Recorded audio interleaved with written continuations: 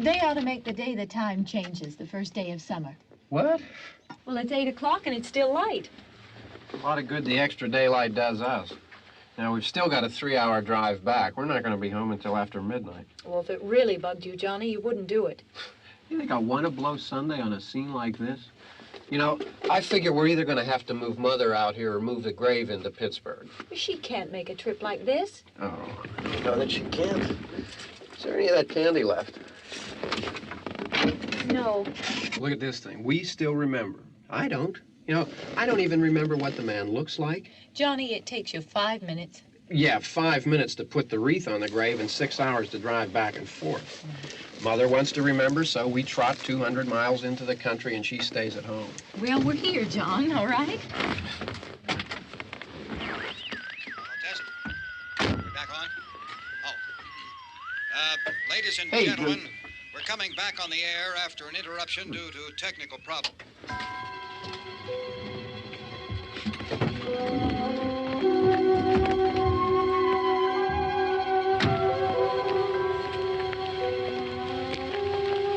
There's nothing wrong with the radio.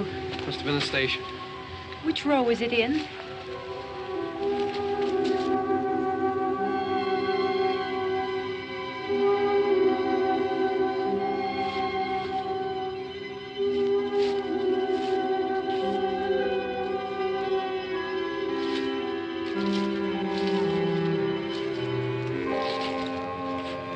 Well, there's no one around. Well, it's late. If you'd gotten up earlier. Oh, look, I already lost an hour's sleep when the time changed. I think you complain just to hear yourself talk. There it is.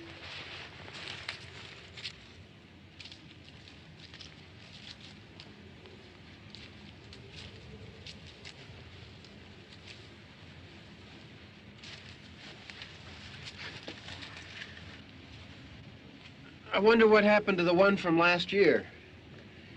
Each year we spend good money on these things. We come out here and the one from last year's gone. Well, the flowers die, and the caretaker or somebody takes them away. Yeah, a little spit and polish. You can clean this up. Sell it next year. Wonder how many times we bought the same one.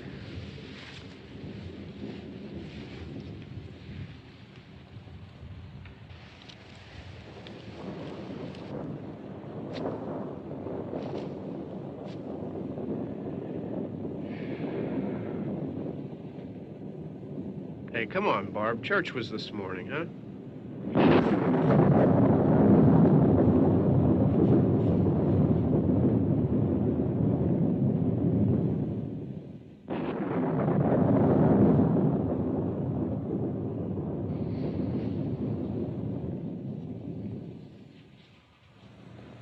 Hey, I mean praying's for church, huh? Come on. I haven't seen you in church lately. Well, there's not much sense in my going to church. Do you remember one time when we were small, we were out here? It was from right over there. I jumped out at you from behind the tree, and Grandpa got all excited, and he shook his fist at me, and he said, "Boy, you be damned to hell." Remember that? Right over there. Well, you used to really be scared here. Johnny, You're still afraid. stop it now. I mean it. They're coming to get you, Barbara. Stop it. You're ignorant. They're coming for you, Barbara. Stop it. You're acting like a child. They're coming for you. Look, there comes one of them now. He'll hear you. Here he comes now. I'm getting out of here. Johnny.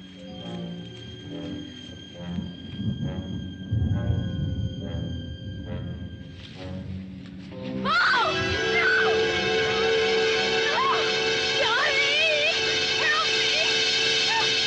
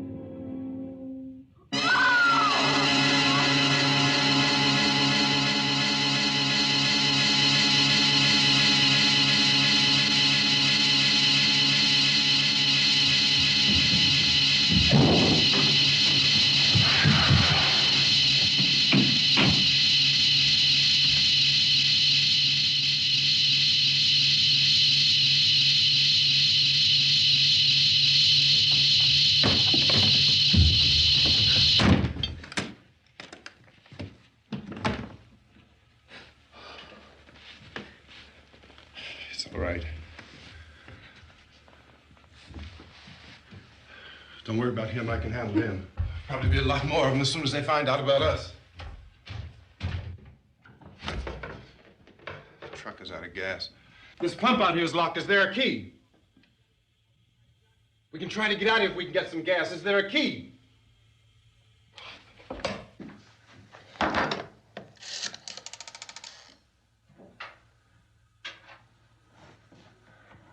suppose you've tried this.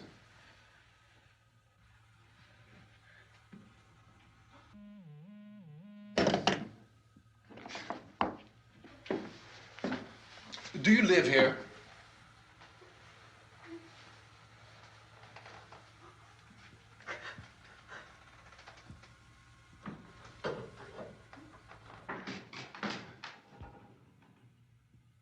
Jesus.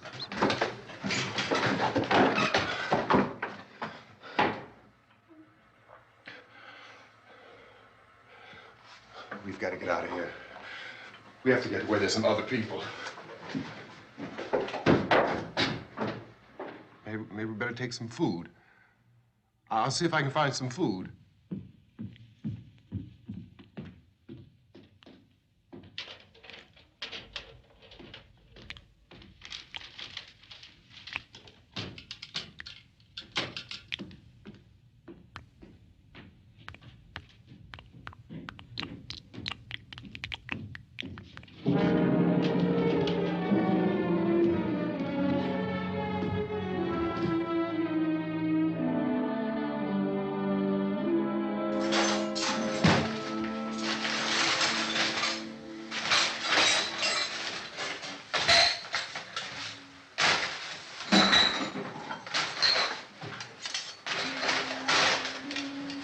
What's happening? What do you think is happening? What's happening?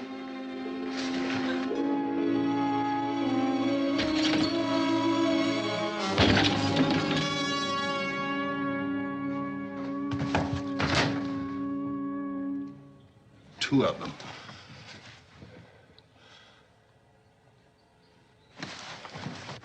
There are two of them out there. Have you seen any more around here? I can take care of those two. I Look, I know you're afraid, but we have I to... don't know! I don't know! What's happening?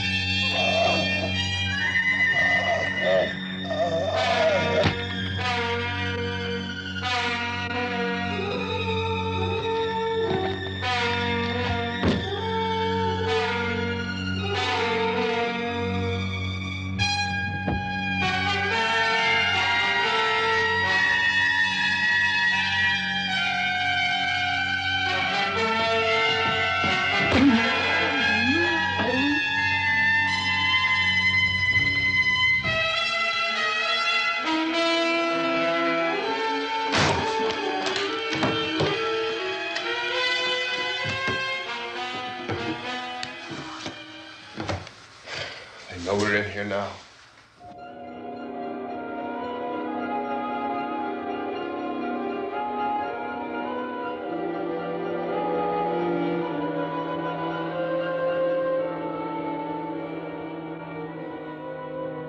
Don't look at it.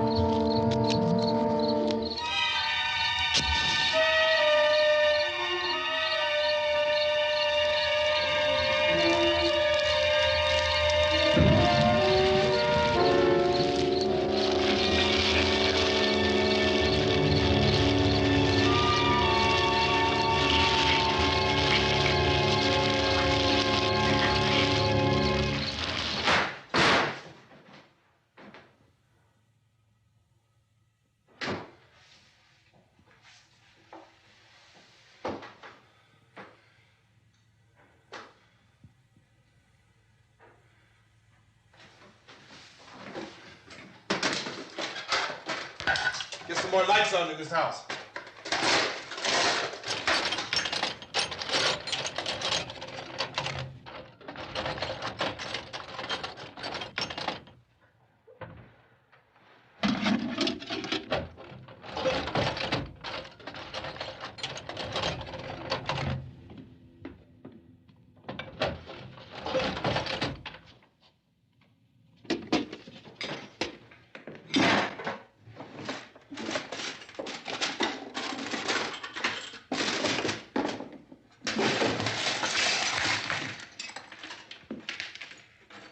Why don't you see if you can find some wood, some boards, something there by the fireplace, something we can nail this place up.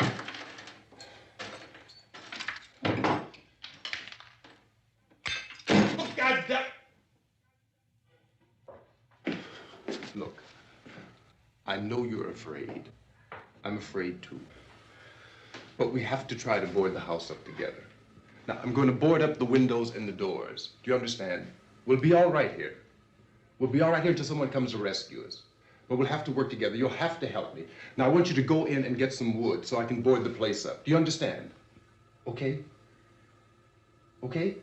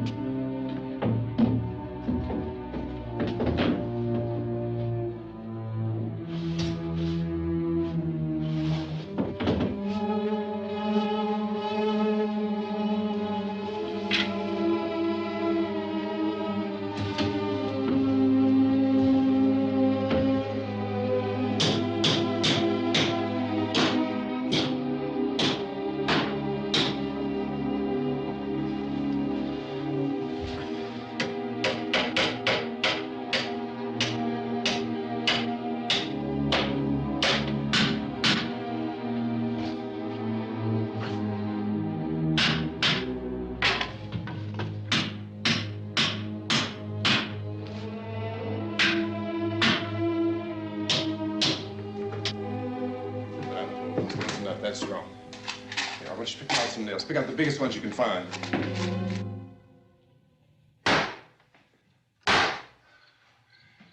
There, this room looks pretty secure.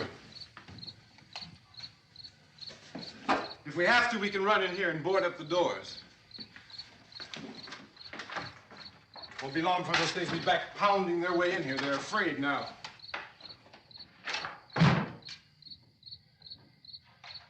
They're afraid of fire. I found that out.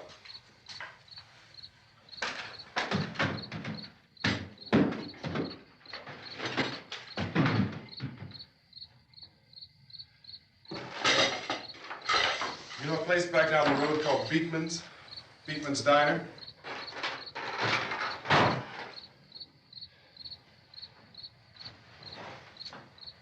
Anyhow, that's where I found that truck I have out there. There's a radio in the truck. I jumped in to listen to it when a big gasoline truck came screaming right across the road. But there must have been 10, 15 of those things chasing after it, grabbing and holding on. Now, I didn't see them at first. I could just see that the truck was moving in a funny way. And those things were catching up to it. The truck went right across the road. Slammed on my brakes to keep from hitting it myself. It went right through the guardrail.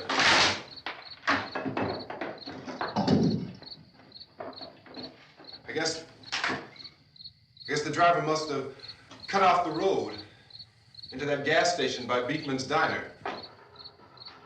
It went right through the billboard, ripped over a gas pump, and never stopped moving. By now, it's like a moving bonfire. Didn't know if the truck was going to explode or what. Could still hear the man screaming.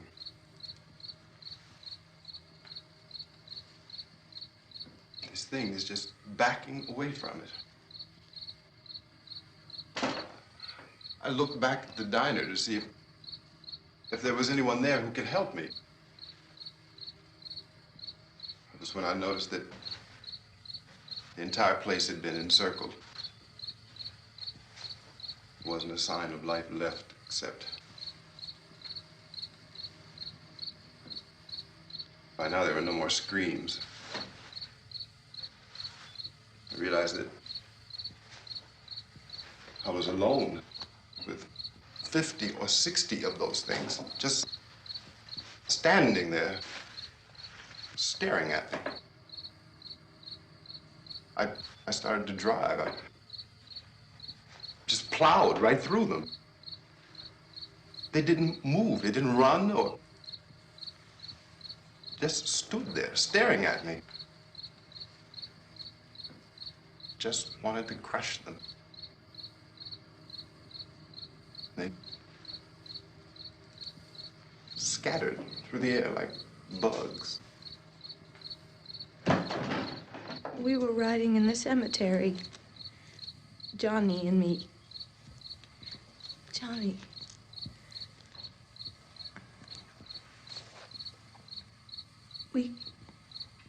We came to put a wreath on my father's grave. Johnny, and he said, "Can I have some candy, Barbara?" We didn't have any. And, oh, it's hot in here. Hot.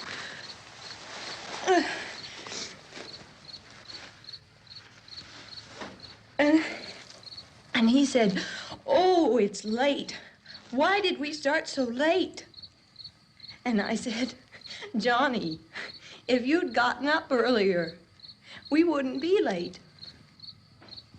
Johnny asked me if I were afraid. And I said, "I'm not afraid, Johnny." And then this man started walking up the road. He came slowly And Johnny kept teasing me and saying, "He's coming to get you, Barbara." And I laughed at him and said, "Johnny, stop it." And then Johnny ran away. And I went up to this man, and I was going to apologize. Why don't you just keep calm? And I looked up, and I said, "Good evening." And he grabbed me. He grabbed me, and he ripped at me. He held me, and he ripped at my clothes. I think you should just calm down. Oh, I screamed, "Johnny! Johnny, help me! Oh, help me!" And he wouldn't let me go. He ripped. And then Johnny came and he ran and he fought this man. And I got so afraid. I ran.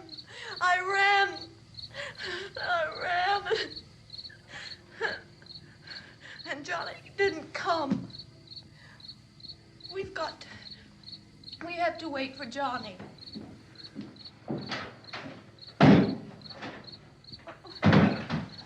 Maybe we better go out and get him. We have to go out and get Johnny. He's out there. Please, don't you hear me? We've got to go out and get him.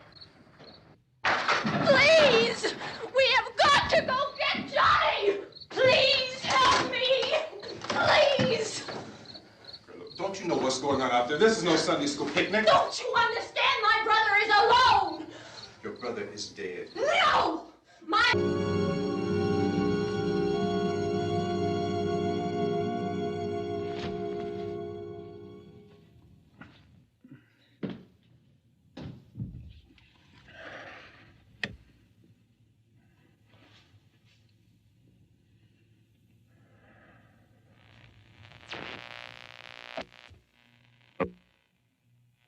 Because of the obvious threat to untold numbers of citizens, and because of the crisis which is even now developing, this radio station will remain on the air day and night.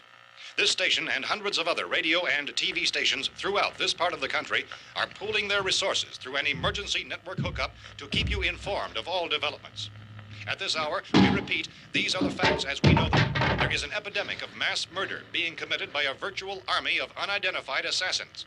The murders are taking place in villages, cities, rural homes, and suburbs with no apparent pattern or reason for the slayings. It seems to be a sudden, general explosion of mass homicide. We have some descriptions of the assassins. Eyewitnesses say they are ordinary-looking people. Some say they appear to be in a kind of trance. Others describe them as being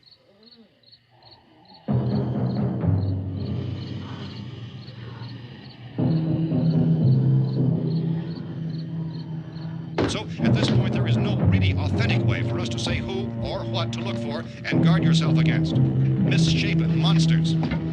Reaction of law enforcement officials is one of complete bewilderment at this hour.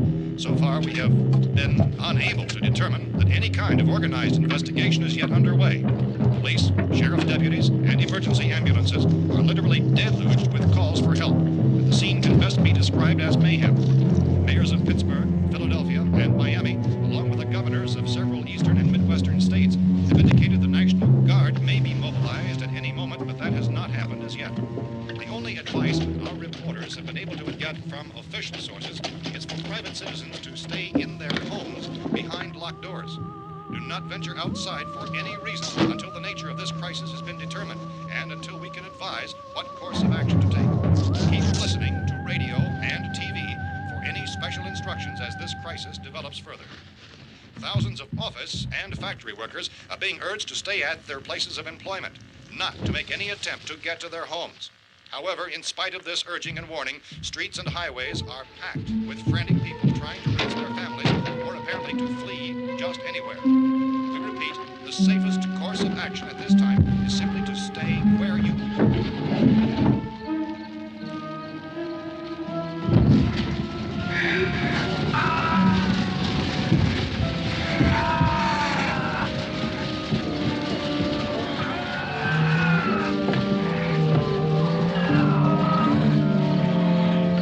Ladies and gentlemen, we've just received word that the president has called a urgent meeting of his cabinet to deal with the sudden epidemic of murder which has seized the eastern third of this nation. The meeting is scheduled to convene within the hour. Members of the presidential cabinet will be joined by officials of the FBI and joint chiefs behind closed doors.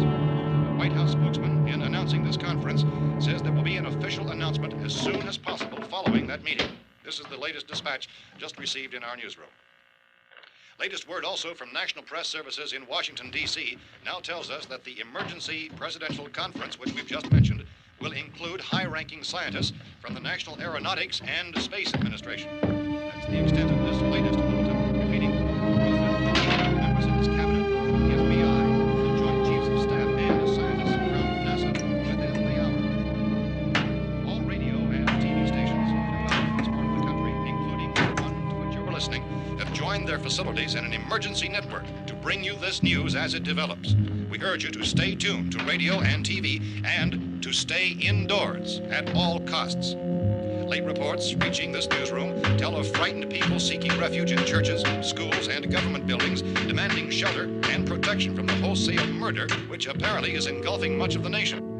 Law enforcement officials are at a loss to explain or, even at this hour, even to theorize about the reasons for this wave of murder. So far, the advice we are able to give the public is some of Police Chief T.K. Dunmore of Camden, North Carolina, who's quoted as saying, quote, "Tell the people, for God's sake, to get off the streets. Tell them to go home and lock their doors and windows up tight. We don't know what kind of murder-happy characters we have here." End quote. Police Chief Dunmore of Camden, North Carolina. So far, the only descriptions, the only clues anyone has of the killers come from frightened witnesses of some of the slayings. These eyewitness accounts variously describe the murderers as ordinary-looking people, misshapen monsters, people who look like they're in a trance, and things that look like people but act like animals. Some eyewitnesses tell of seeing victims who look as though they had been torn apart. This whole ghastly story began developing 2 days ago with the report of the slaying of a family of 7 in their rural home near Gulfport, Louisiana. Since then, reports of such senseless killings began snowballing in a reign of terror which has hopscotched in an erratic, disconnected manner throughout much of the eastern and midwestern United States. Efforts to keep track of the murder reports by the placing of markers on a map seem to indicate a general spreading from the extreme southeastern United States to the north and west. Our newsmen have been on the telephone talking with officials in other cities and have determined that none of this kind of mass murder has yet been reported west of the Mississippi River, except in the extreme southeastern portion of Texas. Similar killings have been reported around the Houston and Galveston areas, but nothing like... I found a gun and some bullets out there. It was only late yesterday On when it these. first became clear we were facing some kind of national emergency. When first reports began filtering in, newsmen and law enforcement agencies were of the opinion This that place is things boarded were up pretty solid now. in nature. However, as these We ought to be all right here for a reports while. dramatically, it was soon apparent that We have this the was gun something and more than the bullets, usual run of lawlessness. food and the Some radio. officials began to suspect an obscure kind of conspiracy. Sooner or later, someone